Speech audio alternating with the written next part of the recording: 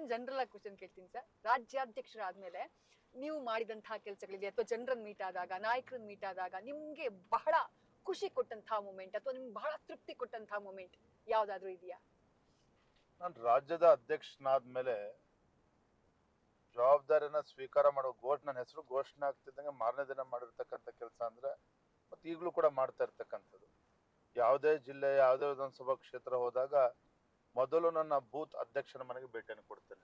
ಅದರಂತ ತೃಪ್ತಿನೇ ಯಾವ್ದ್ರಲ್ಲೂ ಕೂಡ ಇಲ್ಲ. ಯಾಕೆಂತ ಹೇಳಿದ್ರೆ ನಮ್ಮ ಗೃಹ ಸಚಿವರು ಅಮಿತ್ ಶಾಜಿ ಇರ್ಬೋದು, ನಮ್ಮ ರಾಷ್ಟ್ರೀಯ ಅಧ್ಯಕ್ಷ ನಡ್ಡಾಜಿ ಇರ್ಬೋದು, ಅಷ್ಟೇ ಪ್ರಧಾನಮಂತ್ರಿ ನರೇಂದ್ರ ಮೋದಿಜಿಯವರು ಸಹ ಬೂತ್ ಮಟ್ಟದಲ್ಲಿ ಪಕ್ಷ ಸಂಘಟನೆ ಮಾಡಿನೇ ಇವತ್ತು ಎಷ್ಟು ಎತ್ತರಕ್ಕೆ ಬೆಳೆದಿರ್ತಕ್ಕಂಥದ್ದು.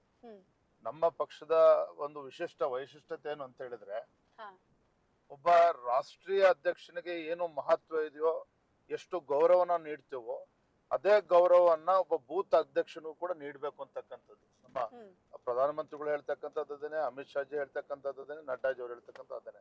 ಸೊ ನಾನು ರಾಜ್ಯದ ಅಧ್ಯಕ್ಷನಾದ್ಮೇಲೆ ಪ್ರತಿ ನಮ್ಮ ಎಲ್ಲೇ ಹೋದ್ರು ಕೂಡ ಬೂತ್ ಅಧ್ಯಕ್ಷ ಮನೆ ಭೇಟಿ ಕೊಡ್ತೇನೆ.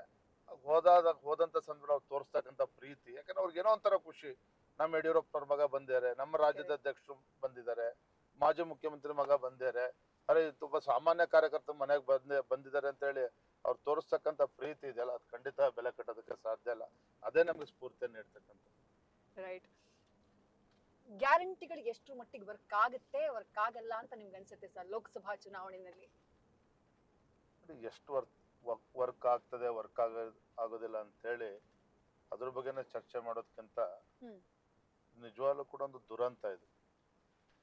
ಜನರಿಗೆ, ಬಡವರಿಗೆ ಒಳ್ಳೇದಾಗಬೇಕು, ಅದ್ರ ಬಗ್ಗೆ ನಂದೇನು ಅಬ್ಜೆಕ್ಷನ್ ಇಲ್ಲ. ಆದ್ರೆ ಅಭಿವೃದ್ಧಿ ಅಂತಕ್ಕಂಥದ್ದು ಸಂಪೂರ್ಣವಾಗಿ ನಿಂತೋಗಿದೆ ರಾಜ್ಯದಲ್ಲಿ. ಇವತ್ತು ಮುಖ್ಯಮಂತ್ರಿಗಳು ಯಾವುದೇ ಅಭಿವೃದ್ಧಿ, ಯಾವುದೇ ಹೊಸ ಯೋಜನೆಗಳನ್ನು ರಾಜ್ಯದಲ್ಲಿ ನೀಡ್ತಾ ಇಲ್ಲ. ಶಾಸಕರಾಗಿ ನಂಬಿಡಿ, ತಂದೆಯವರು ಮುಖ್ಯಮಂತ್ರಿ ಆಗಿ ಶಾಸಕರಾಗಿ ಇವತ್ತು ನೂರಾರು ಕೋಟಿ ಅಭಿವೃದ್ಧಿ ಕೆಲಸಗಳು ನಮ್ಮ ಶಿಕಾರಿಪುರ ತಾಲೂಕಲ್ಲಿ ವಿಧಾನಸಭಾ ಕ್ಷೇತ್ರದಲ್ಲಿ ಆಗಿದೆ. ನಮ್ಮ ಶಿಕಾರಿಪುರದಲ್ಲಿ ಟಾರ್ ರಸ್ತೆ ಇಲ್ಲದೆ ಇರ್ತಕ್ಕಂಥ ಒಂದು ಗ್ರಾಮಕ್ಕೂ ಕೂಡ ಇಲ್ಲ. ಎಲ್ಲಾ ಗ್ರಾಮಕ್ಕೂ ಕೂಡ ರಸ್ತೆ ಇದೆ, ಕುಡಿಯೋ ನೀರಿನ ವ್ಯವಸ್ಥೆ ಇದೆ, ಆಸ್ಪತ್ರೆಗಳಿದೆ, ಎಲ್ಲ ಮೂಲಭೂತ ಸೌಕರ್ಯಗಳಿದೆ, ಸಮುದಾಯ ಭವನ ಎಲ್ಲವೂ ಕೂಡ ಆಗಿದೆ. ಆಗ ನನಗ ಆತಂಕ ಇಲ್ಲ. ಆದ್ರೆ ಅನೇಕ ಶಾಸಕರು ಮೊದಲ ಬಾರಿ ಗೆದ್ದು ಬಂದಿರತಕ್ಕಂಥವ್ರು ಇದ್ದಾರೆ. ಬಹಳಷ್ಟು ನಿರೀಕ್ಷೆಗಳನ್ನ ಇಟ್ಟು ಮತದಾರವ್ರಿಗೆ ಆಶೀರ್ವಾದ ಮಾಡಿದ್ದಾರೆ. ಆದ್ರೆ ಸರ್ಕಾರ ಬಂದು 10 ತಿಂಗಳಾಗಿದೆ, ಇವತ್ತು ಕೂಡ ₹1 ಅನ್ನೋದನ್ನ ಅವ್ರು ಯಾರು ಕೂಡ ಕೊಡ್ತಾ ಇಲ್ಲ. ಕಾರಣ ಏನು ಅಂತ ಹೇಳಿದ್ರೆ, ಸ್ವತಃ ಆಡಳಿತ ಪಕ್ಷ ಶಾಸಕರು ಹೇಳ್ತಾರೆ, ಮುಖ್ಯಮಂತ್ರಿಗಳ ಹತ್ರ ಅವರು ಲೆಟರ್ ತಗೊಂಡು ಹೋದ್ರೆ ಮುಖ್ಯಮಂತ್ರಿಗಳು ಬಿಸಾಕ್ತಾರೆ, ಇಲ್ಲಪ್ಪ ಈಗ ಈ ಗ್ಯಾರಂಟಿ ಸವಾಸ ಮುಗಿಸೋರು ಸಾಕಾಗಿದೆ, ಅಭಿವೃದ್ಧಿನ ದುಡ್ಡು ಕೊಡೋದಕ್ಕಾಗೋದಿಲ್ಲ ಅಂತ ಹೇಳಿ ಸೈಡಿಗೆ ಇಡ್ತಾರೆ ಪತ್ರವನ್ನು. ಆಡಳಿತ ಪಕ್ಷ ಶಾಸಕರೇ ನನಗೆ ಹೇಳಿದ್ದಾರೆ. ನಾನಂತೂ ಮುಖ್ಯಮಂತ್ರಿಗಳ ಮುಂದೆ ಅಥವಾ ನಮ್ಮ ಶಾಸಕರು ಹೋಗಿದ್ದಾರೆ, ನನಗಂತೂ ಗೊತ್ತು, ನಾನಂತೂ ಹೋಗಿಲ್ಲ. ಕಾರಣ ಏನು ಅಂತಂದ್ರೆ, ಇವತ್ತು ಪಾಪ ಮುಖ್ಯಮಂತ್ರಿಗಳಿಗೆ ಇವತ್ತು ಅನುದಾನ ಇವತ್ತು ಕೊಡೋದಕ್ಕೆ ಆಗ್ತಾ ಇಲ್ಲ. ಇವತ್ತು 65% ಶೇಕಡ 65ರಷ್ಟು ಎಲ್ಲ ಬಂದಂತ ಹಣ ಇವತ್ತು ಸರ್ಕಾರಿ ನೌಕರಿ ಸಂಬಳ ಕೊಡೋದಕ್ಕೆ ಹೋಗ್ತದೆ. ಬಡ್ಡಿ ಕಟ್ಟಬೇಕಾಗ್ತದೆ ರಾಜ್ಯ ಸರ್ಕಾರಗಳು ಸಾಲದ ಮೇಲೆ. ಇದಕ್ಕೇನೆ 65% 68% ಹೋದ್ರೆ ಇನ್ನು ಅಭಿವೃದ್ಧಿಗೆ ದುಡ್ಡಿಲ್ಲ, ಎಲ್ಲವೂ ಕೂಡ ಗ್ಯಾರಂಟಿಗೆ ಹಾಕೊಂಡಿದ್ದಾರೆ.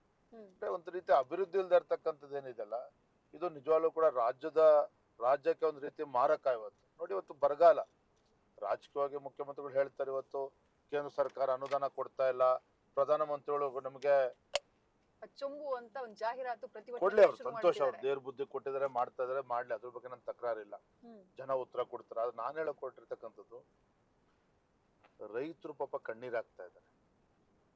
800-900 ರೈತರು ಆತ್ಮಹತ್ಯೆ ಮಾಡ್ಕೊಂಡಿದ್ದಾರೆ. ಇವತ್ತು ₹2,000 ಪರ್ ಹೆಕ್ಟೇರ್ ಕೊಡ್ತಾರೆ ಮುಖ್ಯಮಂತ್ರಿಗಳು, ಅದು ಎಲ್ಲರೂ ಕೊಟ್ಟಿಲ್ಲ, ಒಂದು 20% ರೈತರು ಕೊಟ್ಟಿದ್ದಾರೆ.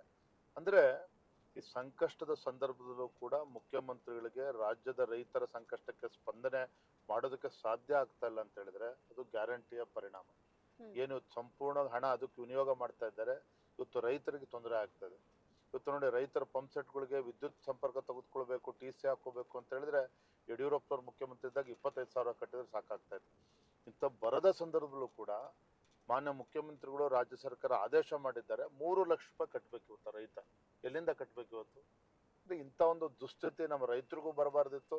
ಇವತ್ತು ಸಾಕಷ್ಟು ನಿರೀಕ್ಷೆಗಳನ್ನ ಇಟ್ಟು ಸರ್ಕಾರ ಏನು ತಂದಿದ್ದಾರೆ, ಇವರು ಗ್ಯಾರಂಟಿ ಅಂತಕ್ಕಂಥ ಭ್ರಮೆನಲ್ಲಿದ್ದಾರೆ. ಎಷ್ಟು ಜನಕ್ಕೆ ತಲುಪ್ತಿದೆ ಭಗವಂತನಿಗೆ ಗೊತ್ತು, ಅದು ಬೇರೆ ಪ್ರಶ್ನೆ. ಅದನ್ನ ಪ್ರಚಾರ ಜಾಹೀರಾತು ಮುಖೇನ ಇವತ್ತು ಆಲ್ ಇಸ್ ವೆಲ್ ಅನ್ನೋ ರೀತಿ ಬಿಂಬಿಸ್ತಕ್ಕಂಥ ಪ್ರಯತ್ನ ಮಾಡ್ತಾ ಇದ್ದಾರೆ. ಆದ್ರೆ ರಾಜ್ಯ ಇವತ್ತು ನಿಜವಾಗ್ಲೂ ಕೂಡ ಒಂದು ರೀತಿ ಸಂಕಷ್ಟದಲ್ಲಿ ಸಿಲುಕಾಕೊಂಡಿದೆ. ಯಾವುದೇ ಅಭಿವೃದ್ಧಿ ಇವತ್ತು ಕಾಣ್ತಾ ಇಲ್ಲ ನಾವು ಇಡೀ ರಾಜ್ಯದಲ್ಲಿ. ರೈಟ್. ನ್ಯೂಸ್ ಫಸ್ಟ್ ನಿರ್ಭೀತಿಯಿಂದ ನಿಮ್ಮ ಪರವಾಗಿ.